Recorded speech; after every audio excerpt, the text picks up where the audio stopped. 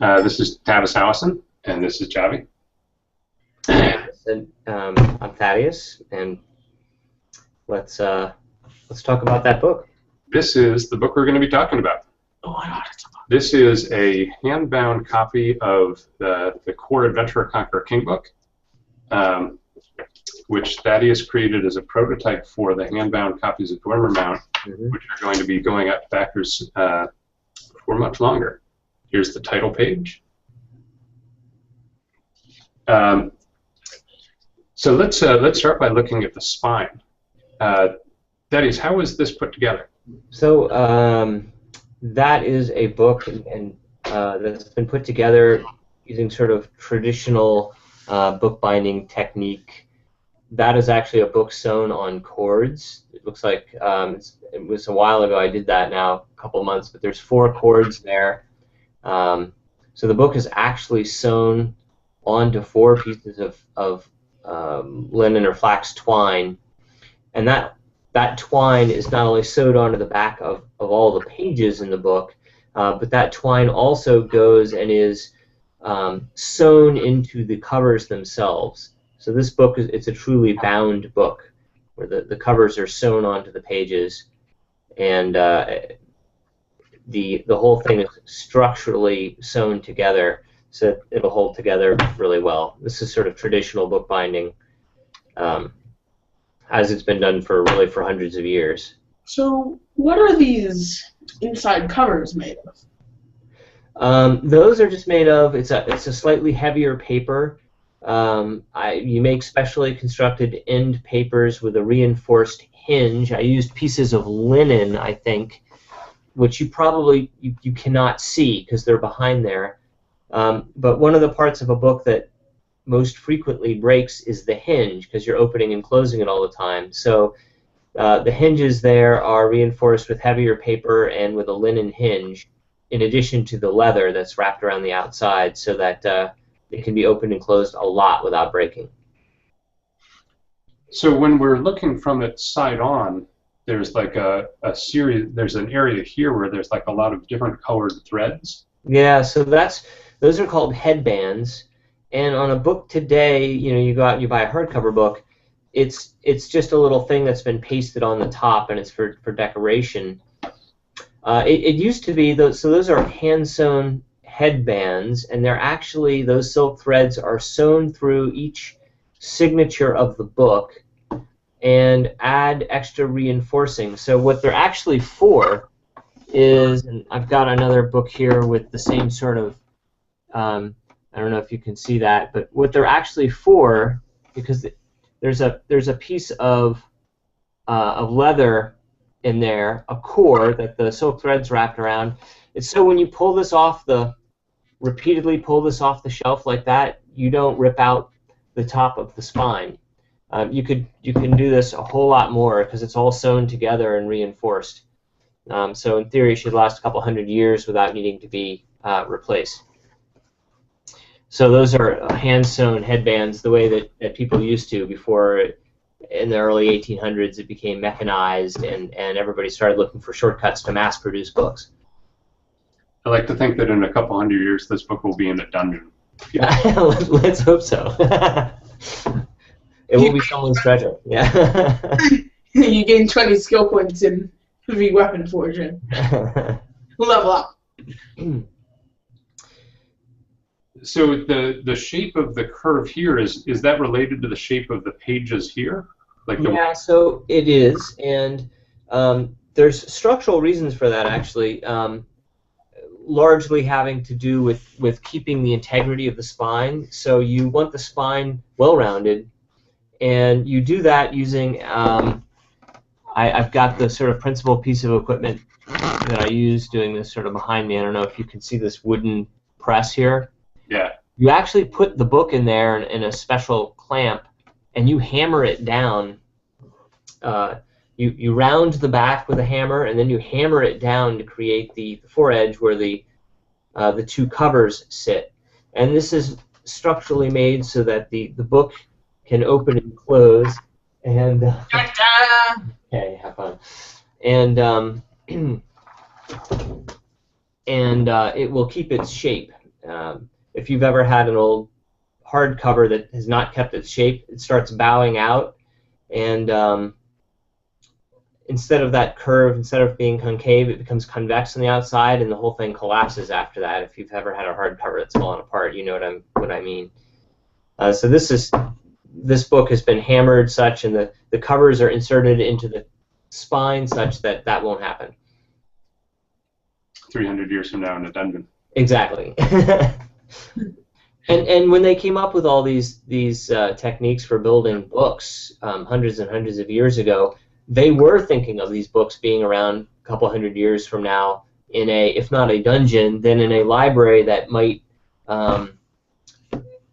be what we would consider a dungeon today. There's no humidity controls, there's no heat control. It might be in all sorts of different temperatures and so on. And so just a big stone underground building is what you're saying? Could be, yep. And so they want one of these things to last also, because each one was a handmade work of art, and they were quite rare. Which is another reason, besides not many people being able to read, that books weren't actually that popular for a while. Mm-hmm. That's surprising. How old are the techniques that you use to do this binding? Some of them are relatively new, dating back to the 1800s, say, or late 1700s.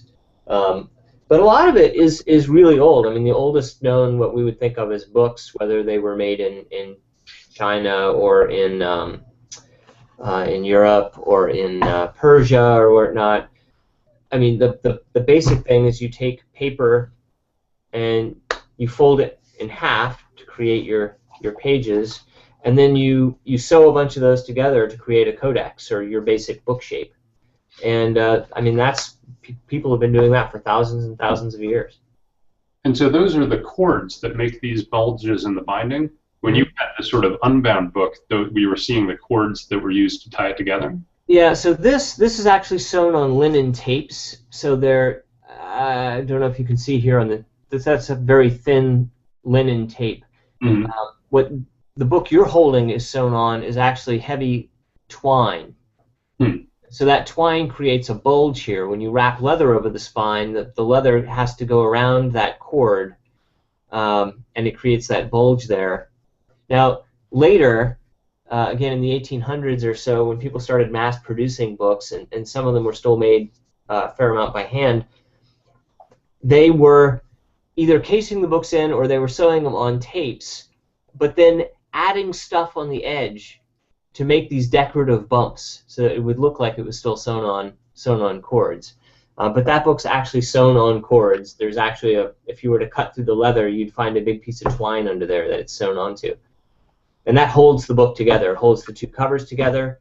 It holds all the pieces of paper together in the spine. That's awesome. And then the maybe most traditional thing to wrap the binding in is leather, because it's supple, it lasts a long time, it can be quite flexible, and has some other nice properties. So that is bound in a piece of goat skin, and I thought Javi thought this was cool. This is an undyed actual goat skin. So this is the whole deal.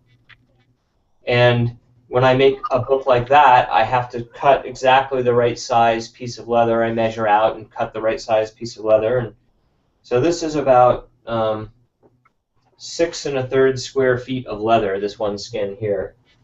And from that, a quarter-bound book like what you're holding, I can make probably 4 or 6, depending on the size. And if I wanted a book that was fully bound, so this is quarter bound, where you have the spine bound in leather.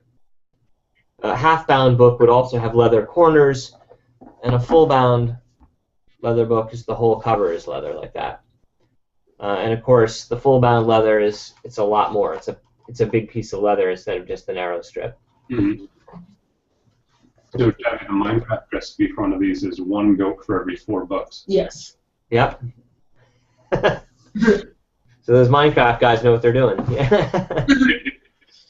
I mean, except that you essentially cut down sugar cane, turn sugar cane into paper, and then turn paper into books. That may not be so accurate, but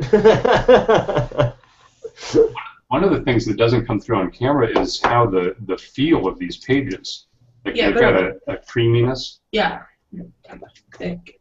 Yeah. Cool, like not like waxed, smooth pages exactly, but like they've got like an actual texture. Really cool. How did you? I used a little bit of heavier paper than you're used to getting for like printer paper, and it's more or less that's 11 by 17 paper, so you can print on both sides of it and then fold it in half to make the book-sized pages that we're used to seeing, and then sew through the middle of them. So that's paper I had to order, have it cut specially so that it would have the grain of the paper going in the right direction, and so it's a little heavier. It'll last a little longer, and it gives the book some heft. Is the grain what's left from the Minecraft ingredients being sort of pressed into the pulp? Yeah. Yep. And actually, when you make paper, even printer paper and so on, it does have a grain, and you have to be careful to fold it along the grain for a variety of reasons. The pages turn nicely if it's folded along the grain. If a book is folded against the grain, you can tell it just feels wrong. It's difficult to describe, but the pages don't turn as nicely, and the whole thing feels stiff. It'll never open quite right. Yeah. I remember you showing me that with the hand-bound OD&D volume that kept falling off. I actually have, which this is no good on the YouTube video, but I bound for myself, and actually presents for my wife, I bound matching copies of Pride and Sensitivity and Sense and Prejudice, and one is bound with the grain running the correct direction, and the other is bound with the grain running the wrong way. And you see how that sort of, I don't know if you can tell, but it sort of flops. Yeah, they clump. They clump together and they flop. They don't really want to flow, versus the grain direction the right way. And the pages want to flow. They want to turn that way. So I don't know how well you can see that on a video, but in person there's a stark difference. There's no mistaking it. You can actually see it going. Yeah, you can even hear the sound of them flipping. Yeah, and in the other ones, like. Mm-hmm. So you're sort of learning every time you do it. Yep. This isn't what I do for a living, so this is my hobby, and I've been making books for a couple of years, and everyone I've done something a little bit different, and I'm learning something a little bit more. So the Dwimmermount books actually will benefit from the Axe book that I bound, and some of the others that I've done. So what is it going to look like when it's bound? Much like the one Tavis is holding, actually. I'll probably use different paper on the covers. I may use different pieces and colors of leather on the spines. And I may, honestly, depending on what leather I have around, I might do some half bindings where I've got leather corners on some, because I've been working on that more recently. And if I have enough, I'd love to do a full binding on one or two of them if I have the leather around, because then, again, I don't know if you can see it, but you can tool the leather a little bit and make some designs. And I've been experimenting with different geometric designs on the covers.